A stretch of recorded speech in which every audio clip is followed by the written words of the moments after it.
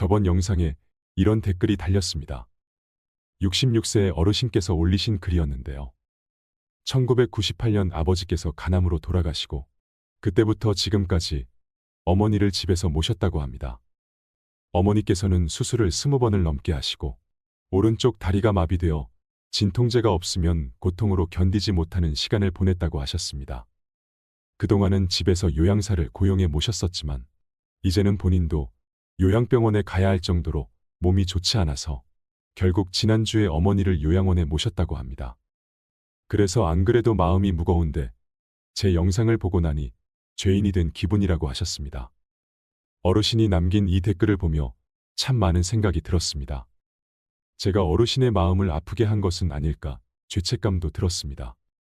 아드님에게 어머니는 낯설고 귀찮은 늙은이가 아니라 세상에 단 한 분뿐인 우리 어머니였음을, 그 마음을 부정할 수 있는 사람이 누가 있을까요? 어르신 그동안 정말 고생 많으셨다고 어머님께서도 분명 아드님 걱정 뿐이실 거라고 진심으로 존경한다고 말씀드리고 싶습니다. 부모를 생각하는 자식의 마음, 자식을 생각하는 부모의 마음은 이 세상 어떤 것과도 비교할 수 없는 아름답고 찬란한 마음입니다. 어느 막대먹은 불효자식의 이야기나 자식에게 상처만 주며 부모 노릇을 못하는 사람들의 사연을 들으면 안타까운 세상이라는 생각이 들지만 우리 주변을 둘러보면 아직도 그 존재 자체만으로도 귀한 인생을 살아가시는 분들이 많습니다. 오늘은 부모-자식 관계에 대해 생각해보는 시간이 되셨으면 합니다. 먼저 요양원에 버려진 어느 어머니의 일기를 듣겠습니다. 자식에게 전해지지 못한 이 편지는 요양원 쓰레기통에서 발견되었다고 하는데요. 현대판 고려장이라는 요양원에 간 부모는 그곳에서 과연 자식들을 원망할까요? 자신보다 자식을 사랑했던 부모님의 마음을 함께 나누고 싶습니다. 어느 요양원에 버려진 어머니의 일기. 미안하구나, 아들아. 그저 늙으면 죽어야 하는 것인데 모진 목숨 병든 몸으로 살아 내게 짐이 되는구나.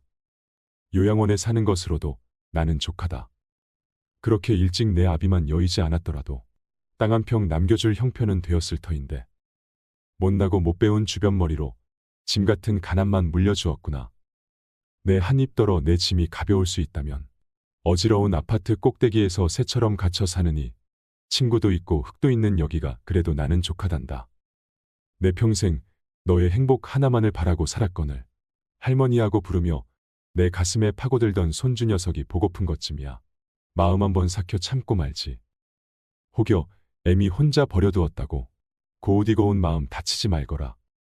내 녀석 착하디 착한 심사로 애미 걱정에 마음 다칠까 걱정이다. 삼시세끼 잘 먹고 약도 잘 먹고 있으니 애미 걱정일랑은 아예 말고 내 몸 건사 잘하거라. 살아생전에 내가 가난 떨치고 살아보는 것 한 번만 볼 수 있다면 나는 지금 죽어도 여한은 없다. 행복하거라 아들아. 내 곁에 남아서 짐이 되느니 너 하나 행복할 수만 있다면 여기가 지옥이라도 나는 족하구나. 사랑한다 아들아. 젊은 세대는 아직 잘 모릅니다. 하지만 나이 50을 훌쩍 넘은 윗세대 여러분들은 어떨까요? 언젠가는, 아니 그리 오래지 않아 지금보다 많은 것을 내려놓아야 할 때가 온다는 것을 압니다. 머지않아 지팡이와 휠체어, 유모차같이 생긴 노인보행기 없이는 다닐 수 없을 때가 올 수도 있다는 것을 말입니다.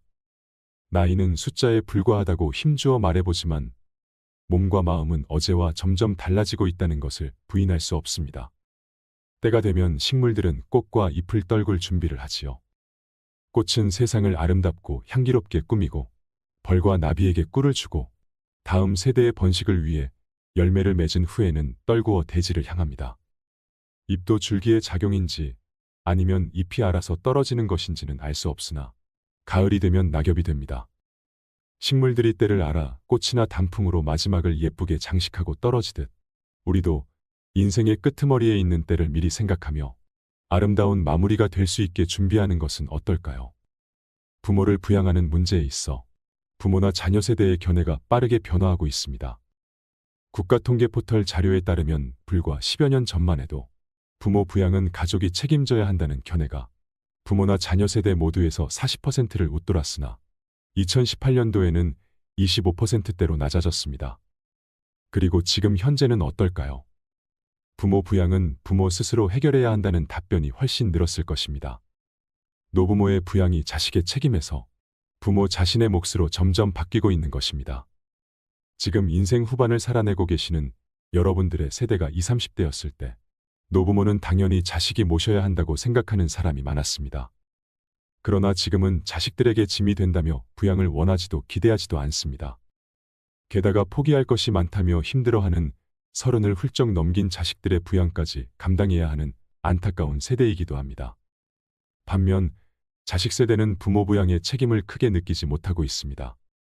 이런 세태 속에서 나의 노후를 어디서 어떻게 보낼까를 생각해 보았습니다. 은퇴의 연령이 지났어도 일을 할 수만 있다면 하고 싶습니다. 그리고 다른 사람 도움 없이 움직일 수 있고 내가 나를 건사할 수 있을 때까지 내 집에서 노후를 보내고 싶습니다. 그러다가 일을 할 수 없고 내 스스로 나를 돌볼 수 없게 되는 때 요양원이나 실버타운으로 가려 합니다. 작년 말에 함께 여행했던 연로한 화백 한 분이 계셨습니다. 그분은 가는 곳마다 주변을 관광하기보다는 예쁘게 핀 꽃송이들을 열심히 사진 찍었습니다. 왜 그러시냐고 물어보니 더 나이 들어 침상에만 머물러야 하는 때가 오면 이 행복한 때를 기억하며 그림으로 그릴 꽃을 찍고 있다고 하셨지요.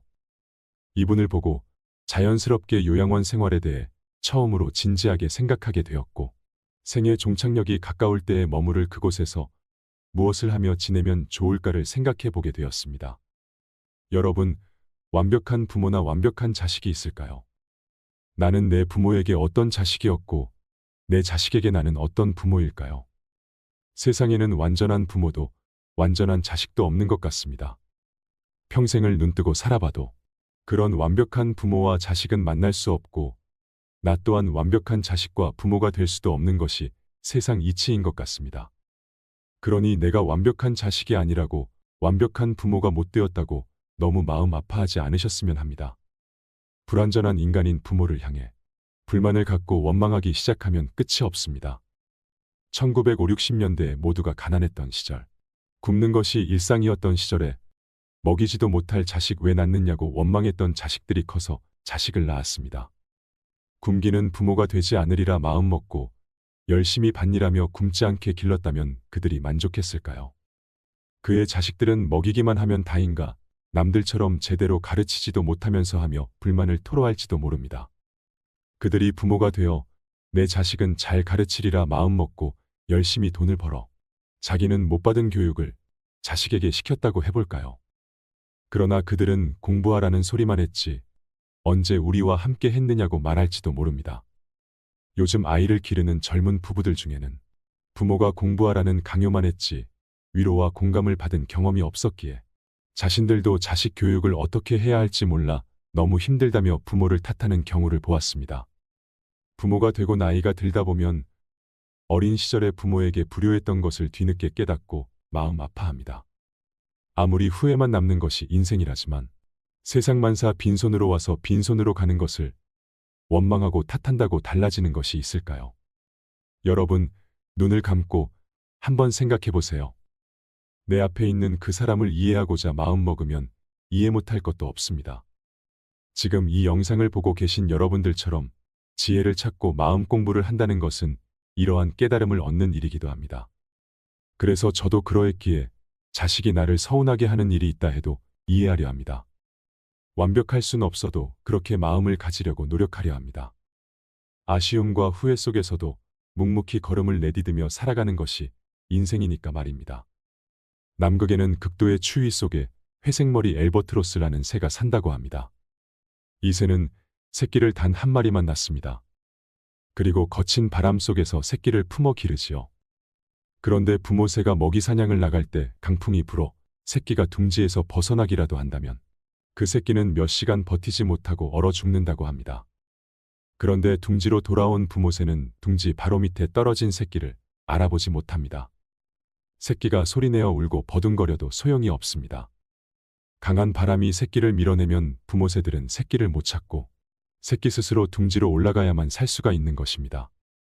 엘버트로스는 시각과 소리, 냄새로는 새끼를 구별하지 못하고 새끼가 둥지 안에 있어야만 자신의 새끼로 인지하기 때문이랍니다. 부모는 자기 자식에게 최고의 것을 주고 싶고 이를 위해 최선을 다합니다. 하지만 부모 엘버트로스가 둥지에서 떨어진 새끼를 올리고 싶어도 안 보이고 듣지 못해 새끼를 도울 수 없듯이 부모는 자식에게 모든 걸 해주고 싶어도 몰라서 능력이 없어서 그리 태어났기 때문에 할 수 없는 경우가 너무 많습니다. 자식도 마찬가지일 것입니다. 자식은 부모가 내게 해준 게 무엇인가 묻지 말고 부모는 너 같은 자식 낳아봐라 하지 말았으면 합니다. 부모는 그냥 부모이기에 소중하고 자식은 그냥 자식이기에 소중하기 때문입니다. 여러분, 지금 인생 후반을 살고 계시나요? 나이 들어간다는 것에 외로움을 느끼시는 분들이 많습니다. 지금껏 쉬지 않고 열심히 살아온 것 같은데 마음이 헛헛하고 공허함만 가득합니다. 자식들이 장성해서 독립하고 이 정도면 되었다 할 때에도 문득 섭섭함이 밀려올 때도 있을 것입니다. 자식들은 부모의 마음을 모른다고 합니다. 늙은 부모와 젊은 자식은 생각이 다르다고 하지요. 이 간극을 지금 얼마나 느끼고 계신가요?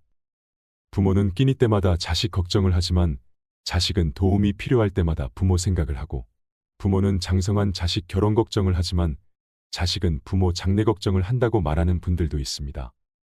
젊어서는 인생이 긴 것으로 생각되지만 늙어서 살아온 날들을 돌아보면 아무것도 아니더라 말씀하시면서 말이죠. 동네에 혼자 살던 노인이 얼마 전에 돌아가셨습니다. 자식들은 서울에 살고 재작년 가을에 아내는 세상을 먼저 떠나 자식들과 함께 서울 산다는 것도 쉽지 않아 혼자 사시던 노인, 80이 넘으신 할아버지였습니다. 노인이 남긴 유품 중에는 메이커 운동화 2켤레, 오리털 잠바 2벌, 모두 다 새 것이었습니다. 장례식에 다녀온 사람들은 하나같이 아껴서 못하려고 하더랍니다. 나이 든 사람들은 옛날 어려웠던 시대를 살아온 탓에 뭐든지 아끼는 습관이 몸에 밴 탓이겠지요. 자식들이 생일 선물로 사준 메이커 운동화, 오리털 잠바, 그것이 뭐가 아깝다고 아끼고 아껴. 평소에는 시장에서 산 비메이커 운동화에 오래된 잠바 차림으로 운동도 다니던 노인이었는데 아껴서 못하려고 장례식장에 다녀온 사람들은 아쉬워했습니다. 모르는 소리 말아요. 그 노인 못 사는 작은 아들이 평택인가 그쪽에 사는데 결혼도 못하고 막일로 살아가고 어쩌다 고향집에 오면 헌잠바 차림에 헌운동화를 신고 왔는데 아마 그 아들 주려고 아껴둔 것일 거라고 노인의 친구분은 말씀하셨습니다. 부모의 마음은 항상 못 사는 자식들 생각뿐인데 그랬던 분이 돌아가시면 사람들은 마음이 아파 혀를 찹니다. 부모 속 썩히는 자식놈들도 많은 세상인데 살아생전 자식들이 사준 좋은 신발, 좋은 옷을 입고라도 살지. 죽은 노인이 안타까워하는 소리랍니다. 그런데 이렇게 장례식에 온 사람들도 안타까워하는데 자식들의 마음은 어떨까요? 자식들은 부모의 마음을 정말 모를까요? 그렇게 돌아가신 부모님을 보며 얼마나 가슴이 아플까요? 저는 그렇게 생각합니다. 나중에 남겨질 자식들을 위해서라도 여러분들이 정말 행복한 인생을 살다가 누리다가 가셔야 한다고 말이죠. 자식이 맛있는 거 사주면 미안해하지 말고 더 맛있게 먹고 자식이 자그만 선물 사주면 왜 샀냐 하지 말고 더 잘 쓰고 나중에 4명이 다 하고 나서도 우리 자식들이 우리 부모님 그래도 정말 그때 좋아하셨었는데 라며 떠올릴 수 있는 추억 하나름 안겨주시는 건 어떨까요? 못해드린 미안함과 죄송함으로 자책하는 것보다 지금 이 순간 사랑하는 이들과 꿈같은 여행한다고 생각하시면서 행복한 하루하루를 보내셨으면 좋겠습니다. 돈이 많지 않아도 괜찮습니다. 제가 중학교 때 부모님과 약수터 뒷산에 놀러 간 적이 있었습니다. 주머니에는 동전 몇 개뿐이었지요. 그 동전으로 자판기에 있는 200원짜리 코코아를 뽑아서 나눠 먹었는데 그때 부모님께서 행복해 하시던 모습이 아주 선합니다. 부모님이 자식이 행복하길 바라듯 자식도 부모님이 행복하길 바란답니다. 우리 모두 행복했으면 좋겠습니다. 작고 소소한 기쁨을 마음껏 누리면서 사세요. 마지막으로 어떤 부모가 자식에게 남긴 편지를 함께 들으시면 좋겠습니다. 요양원에 나를 보낼 자식들에게. 가족들은 요양원 생활을 하겠다는 내 생각에 반대할지도 모른다. 그러나 대부분의 우리 세대들이 그리 생각하는 것처럼 나도 가족들의 짐이 되고 싶지 않다. 그렇게 해야 내 마음이 편할 것 같다. 그래서 몸은 가라앉아도 정신이 양호하다면 내 스스로 요양원을 찾을 것이다. 하지만 알츠하이머병 등으로 그런 판단조차 할 수 없는 때가 온다면 그때 나를 요양원으로 보내라고 이 글을 통해 부탁하련다. 얘들아, 나의 머리가 나와 너희들을 내 기억에서 밀어낸다면 그때는 꼭 나를 요양원으로 보내다오. 우리 엄마는 그림 그리기를 좋아하니 펜과 종이를 늘 마련해 주세요. 낙지는 못 드세요. 내가 좋아하는 것과 싫어하는 것을 그곳 사람들에게 미리 알려주렴. 간간히 내게 찾아와서 너희를 보게 해다오. 낯선 사람 보듯 누구세요 하더라도 내 마음속 깊은 어딘가에서 너희를 알아보고 기뻐할지 모른단다. 행복했던 시절 이야기를 들려주거나 사진을 보여주렴. 비록 내가 먼 곳으로 눈을 돌린다 해도 내 영혼 어딘가에서 알아보고 즐거워할 것이다. 사랑하는 내 자식들아, 미안해하지 말아라. 엄마는 너희들 덕분에 충분히 행복했다. 이 글을 보니 어떤 마음이 드시나요? 저도 나중에 자식들에게 이런 편지를 써줄 날이 오겠지요. 마음을 비워야 행복하다는 말이 있습니다. 술잔은 비워야 채워지게 마련이고 마음은 비워야 행복해지게 마련입니다. 사랑은 자주 표현을 해야 깊은 맛이 나고 이별은 짧을수록 아픔의 상처가 줄어들게 마련입니다. 사랑은 보듬을수록 뜨겁고 행복해지고 이별은 보듬을수록 아프게 마련이며 행복은 기뻐할수록 커지게 마련이고 불행은 불행하다고 느낄수록 슬프게 마련입니다. 기쁨은 나눌수록 2배로 커지고 슬픔은 나눌수록 절반으로 줄어들며 사랑은 받은 사람보다 사랑을 주는 사람이 더 행복하게 마련입니다. 아파서 흘리는 눈물은 무쇠처럼 무겁고 좋아서 흘리는 눈물은 바람처럼 가벼우며 슬퍼서 흘리는 눈물은 얼음처럼 차갑고 기뻐서 흘리는 눈물은 불꽃처럼 뜨겁게 마련입니다. 욕심은 부릴수록 불행이 늘어나고 욕심을 줄일수록 행복이 늘어납니다. 나를 비우면 행복이 찾아오게 되고 나를 채우면 불행이 찾아오게 되며 내가 나를 높이면 총알이 날아오고 내가 나를 낮추면 칼끝도 무뎌지게 마련입니다. 인생을 살다 보면 좋은 날만 있을까요? 화창한 날이면 그늘이 그리웁고 비가 오면 햇살이 그리웁고 타는 목마름의 단비를 기다리다 세월은 그렇게 또 흘러가겠지요. 나이를 느낄 때면 인생의 허무함에 못내 아쉬워서 가슴을 적시지만 아직은 청춘이라 마음을 달래가며 애써봐도 삶은 그럴수록 아프기만 합니다. 갖고 싶어도 가질 수 없는 게 인생이요. 버릴 것을 버리지 못하는 게 인생이라는 생각이 드시나요? 하지만 슬퍼 마세요. 아쉬운 채로 미련이 남은 채로 가만히 두어도 괜찮습니다. 흐르는 강물이 맑기만 하겠습니까? 부는 바람 속에 먼지인들 없겠습니까? 예쁜 꽃잎마저 기다림은 있었거늘 나비꿈을 꾸며 기다리며 사는 것을 흐르는 강물도 때로는 굽이치는데 살아온 세월만큼 별만큼 많은 사연 청춘이 아깝다고 세월을 잡을 수 있을까요? 오늘도 어제처럼 세월은 흐르건만 꿈꾸는 그날까지 즐겁게 살다 갑시다. 사람들은 가슴에 남모르는 불빛 하나를 안고 살아가고 있다고 합니다. 그 불빛이 언제 환하게 빛날지 아무도 모릅니다. 그 불씨로 말미암아 언제나 밝은 얼굴로 살아가는 사람이 됩니다. 사람들은 가슴에 남모르는 어둠을 한 자락 덮고 살아가고 있습니다. 그 어둠이 언제 거칠지 아무도 모릅니다.